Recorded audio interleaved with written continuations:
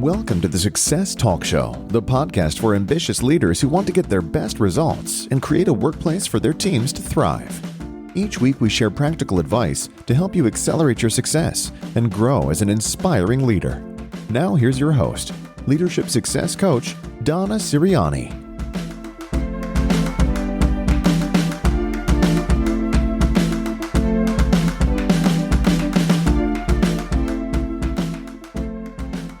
Welcome to another episode of the Success Talk Show. This is Donna Siriani, Leadership Success Coach and founder of Success Compass Academy. And in this episode, I'll be sharing 7 tips on how to choose the right path to move forward in your career.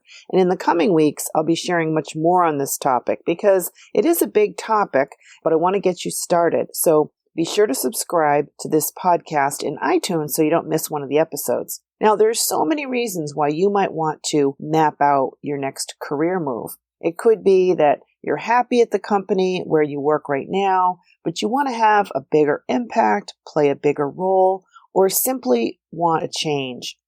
Or it could be that you're not happy with your current situation. You may be feeling, a little dissatisfied with your role, maybe frustrated, disappointed with how things are going, or even just bored. So regardless of your motivation, it could be on your mind to really decide what path you want to follow, but you're not sure how to go about choosing the right path. Now, what I've seen most often is that when you don't have clarity on a number of important elements, it's really easy to stay stuck in neutral and not move forward.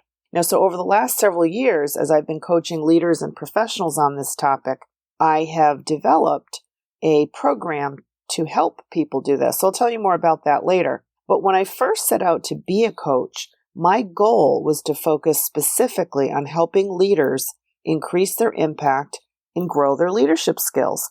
However, almost every single person that I coached was facing this question about what to do differently in their career. So it seemed as though this was an unavoidable first step, that for any one of us to really be the best leader we can be, we have to first take care of, are we doing what's making us shine, getting our best results? Do we know what those important elements are that really serves as our foundation? Because without that, we're just not going to be doing our best, making our biggest contribution, feeling satisfied, energized, confident, and so on. So I always go back to, I know this analogy gets used a lot, but I always go back to when you're on a plane, right? You're about to take off. They tell you need to put your oxygen mask on first so that in the event of an emergency, you need oxygen before you can help someone else. And it's the same way with your career as a leader. You need to know that the work you're doing, you love doing it, you feel energized, satisfied, fulfilled, and that you're on the right path for you to get your best results. And then you can really help your team and the people that you coach and mentor do the same. Anyway, before I dive into the specific tips that I want to share with you, I want to tell you a quick story that really was the pivotal moment for me. It led to me making a significant career change several years ago.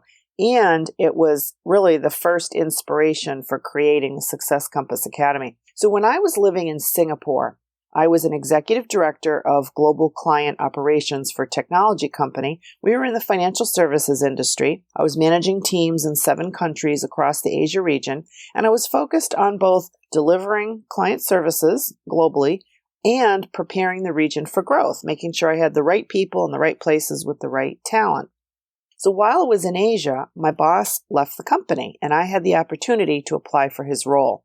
Now, as I prepared myself for the interviews, I really thought long and hard on what I would bring to the role and what I really wanted. Now, one night, I was reading a book by Thomas More called A Life at Work. And one paragraph, it was just a simple little paragraph, just a few sentences, but it struck me like a bolt of lightning. The author was basically saying, be cautious when you're climbing the corporate ladder that you don't put too much distance between yourself and the work you really love to do. And I have to tell you, in that instant, I realized that I wasn't being completely honest with myself about why I wanted the role.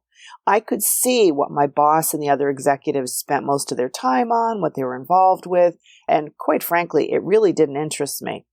But up until that point, every job move I'd ever made, it always seemed like a logical next step, but it was based mostly on job title and compensation. It really didn't have much to do with, am I doing what I love? Does it fulfill my passions, meet my needs, satisfy my values? I really didn't look at it that way. I started off out of college and went from being a programmer developing systems to managing projects, then started managing other programmers, eventually started managing data centers, took on expanded IT roles, then stepped into client services, started managing global support, and so on.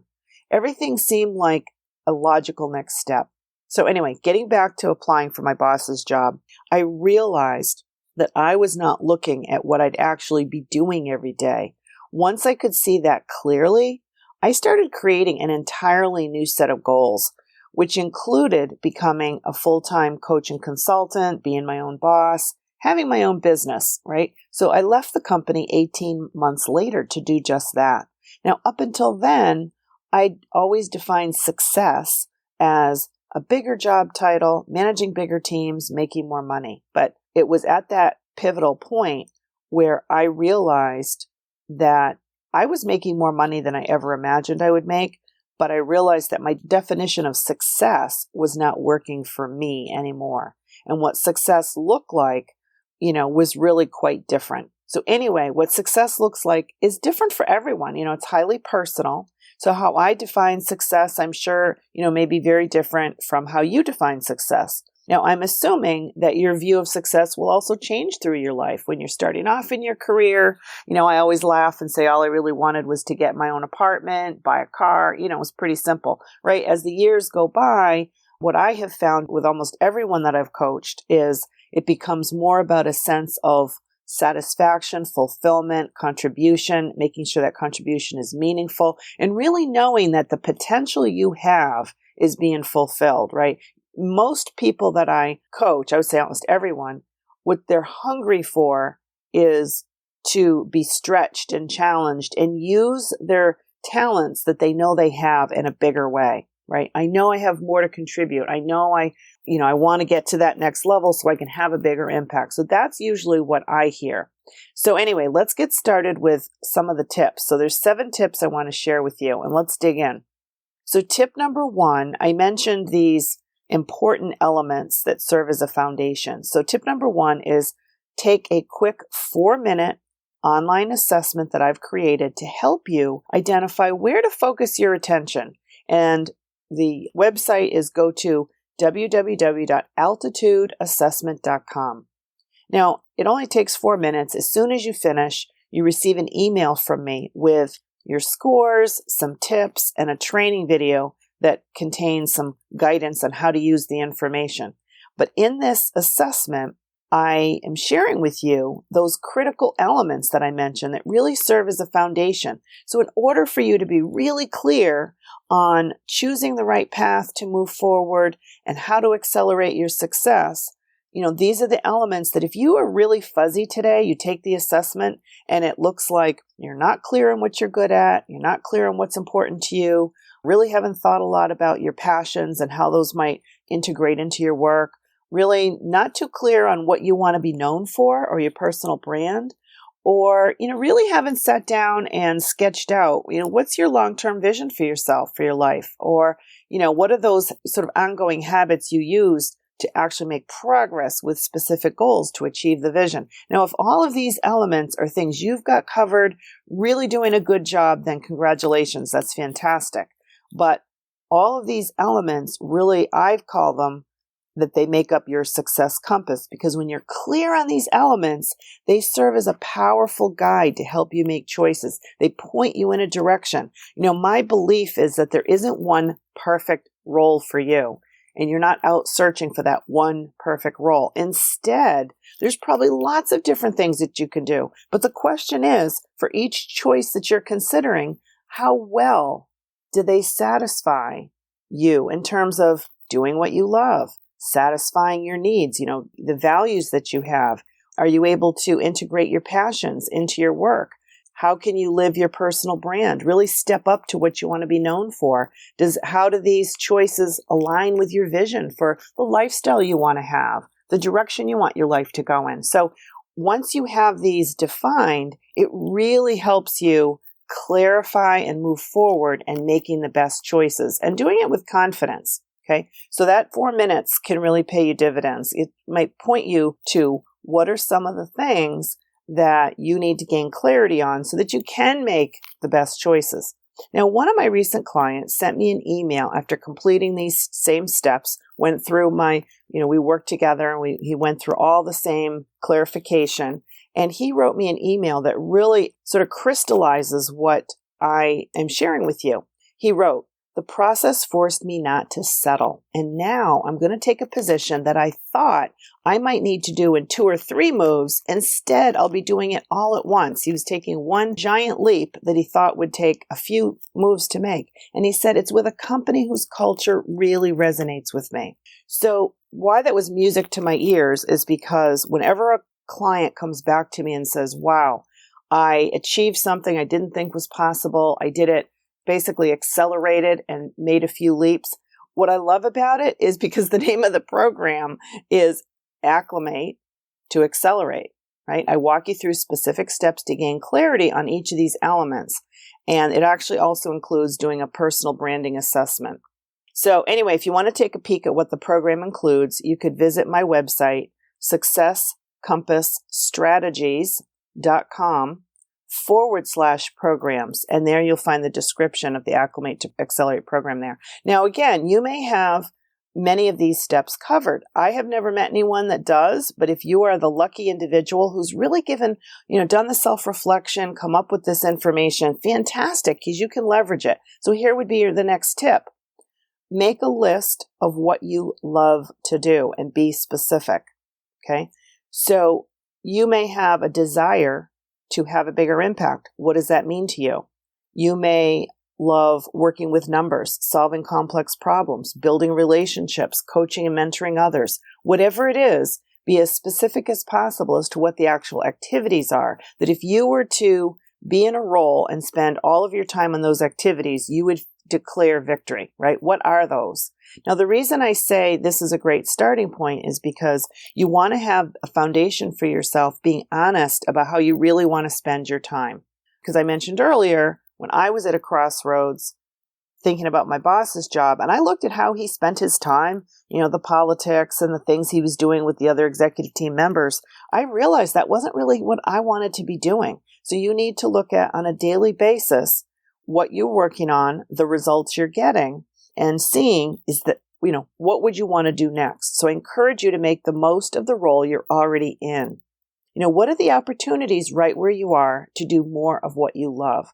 How much of your role do you have control over, some empowerment that you could make some adjustments? So I would never encourage you to, make a leap. At this point, I would encourage you to do all of the self-reflection, be it really clear, so that then you can accelerate your progress, because then you'll have the clarity and confidence to move forward. But anyway, if you like the company you work for, the people you work with, then, that's fantastic, because that would, to me, point to how you can adjust your role and what you're working on to increase your satisfaction, increase your impact, right? And I always laugh because I have windsurfing friends who always say, don't leave wind to find wind. So if you've got a great company, love the people you work with, etc., you like the industry you're in and the environment, then maybe it's fine tuning. Maybe it's you getting clear on how you can shift what you volunteer for, the assignments, the responsibilities, the way you engage your team. So anyway, the next tip is look at any past assessments or performance reviews for clues. So, in this prior tip number 2, I had said, make a list of what you love to do. Be specific. What are the activities? Now, additional clues could come from any type of assessment. If you've ever done Myers-Briggs or StrengthsFinder or some other, DISC assessment or something else, maybe you've gotten 360 feedback before, pull those reports out, look through them. Highlight anything that jumps out at you. Even your past performance reviews will have clues as to where you shine. What you're looking for are, what are the strengths or natural talents that continue to emerge? What are the patterns that you see? Are you the person who is always creating the new ideas. You're the visionary. You're strategic. You're able to look at the future and create new concepts for new direction. Is it that you're the person who can really solve those complex problems? What is it? They can give you some really important clues.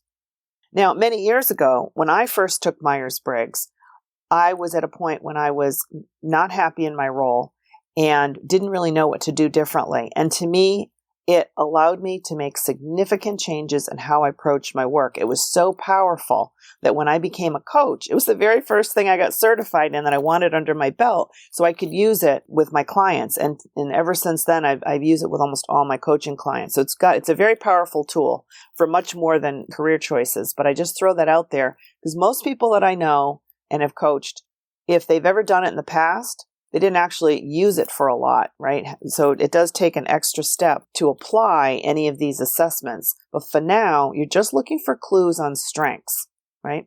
Now, most people that I work with are not able to articulate either what they're good at or what their natural strengths are or the activities that they enjoy. So don't worry if this doesn't just emerge naturally. It will take a little bit of time and effort just starting today. Notice what comes naturally to you, where you're getting good results, where you're feeling sort of energized and confident, and what you get good feedback on, okay? So tip number 4 is make a list of all the roles that you're considering right now. Simply brainstorm a list that everything that seems appealing, what's been on your mind. Maybe there's 1 or 2 roles that you keep thinking about, but as time passes, when an idea pops up, just make a note of it, add it to your list. Then go a step further and research these roles. You could find the job descriptions online. Maybe it's at the company that you're at. It's on your intranet where you simply could, look up what's in the role and then take it a step further. Schedule coffee or lunch with someone who's already in a similar role. I always encourage you to do this. It sounds, very logical, right? Ask them about the role to gain a more in-depth understanding of what they're doing. What do they like about it? What don't they like? What does a typical day look like? Maybe if they're in the same organization, maybe you could even shadow them, right? Now, at one point, I thought about aiming for a chief operating officer role. So I met with a few COOs to see what their backgrounds were, what they liked about the role, what they found most challenging, what advice they had. And it was enormously helpful to have this conversation. Now, as a result, I really got the sense that this was not really the right direction for me, but it was only with some research and conversation that I was able to just cross it off the list. Okay, that will help you narrow down your choices. Now, tip number 5, compare what you love to do with the roles you're considering. So for each role, you want to analyze how would you be spending your time with what you've learned about it. How does it align with what you enjoy doing? And it's not always about what you enjoy doing. It's what you're good at. So if you have a natural talent for something, is that role going to allow you to spend time doing what you know produces your best results? If you're really not a numbers person, you really don't want to spend a lot of time on finance, then maybe a role requires, a heavy emphasis on, financial responsibilities. And you may say, that's not my strength. That's not really where I want to spend my time. Let me look at something else, whatever the situation is. So again, in my program, I equip you with a specific tool called the Success Compass Decision Grid, and it helps you do a more detailed analysis. But for today, you can simply start with a very basic chart that you could create for yourself, line up the activities, what you love to do, your strengths, and then compare that, think of it as a matrix, and compare it with what the job or different opportunities require. It's a really good starting point for narrowing down your choices. Now, tip number 6 is write down your definition of success. Now, think about, you've done some brainstorming already on what you're good at, where you get your best results. You've looked at assessments. You've thought about some roles that you're considering. But now, kind of pull that together. Think about your long-term vision for your career and for your life. It could be 5 years, 10, 15 years from now. But imagine what you would hope to be doing, what's important to you, and what does success look like? Now, when you think about this, be sure to include all areas of your life. Depending on your priorities, you may look at success as a combination of your lifestyle, your family, your friends, how you spend your leisure time, the contribution that you're making in your community or at work, or, there's many other things in addition to work, right? But it's valuable to look at your life as a whole because then you can use that vision to help you choose the right path. Because when you take a job, right, you decide on a path, it's going to impact your whole life, right? That's just logical. For example, when I went to Asia, I spent 75% of my time traveling internationally, going from country to country. And only 25% of the time was I ever at home. And when I was home, I was still working, 12 hours a day. So I made a conscious choice that for those couple of years that I was in Asia, that was all about my career, sort of family, friends, and the life I had back in the US was put on hold, right? That was a deliberate trade-off. So you want to think about the path that you're considering, the different options, and how will that align with your vision of the type of life you want to live, right? It's a holistic view. Then, if you navigate choices over a period of time and actually achieve that vision, that is success, right? But I encourage you to write it down. Write it down however you like to capture your notes, whether it's a workbook, a journal, in Evernote, or whatever you use to capture. It's important that you write these things down because that will help you make choices. Now, tip number 7 is once you get through all of these steps, take action. Need to move forward. Think about what's the one next step that you could take to move forward. It doesn't have to be a huge leap.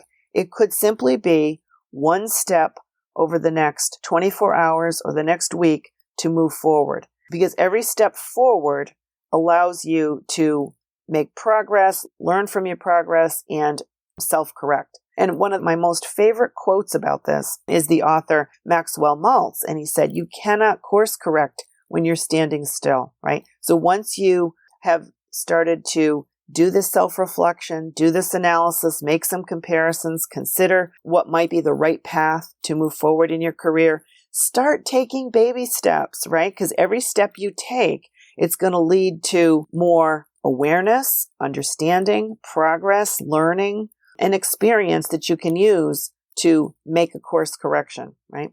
It will still be a great learning opportunity. Now, there's one other point that again, going back to the book that I had mentioned earlier, Thomas Moore's A Life at Work, it was another key point that has stayed with me for years.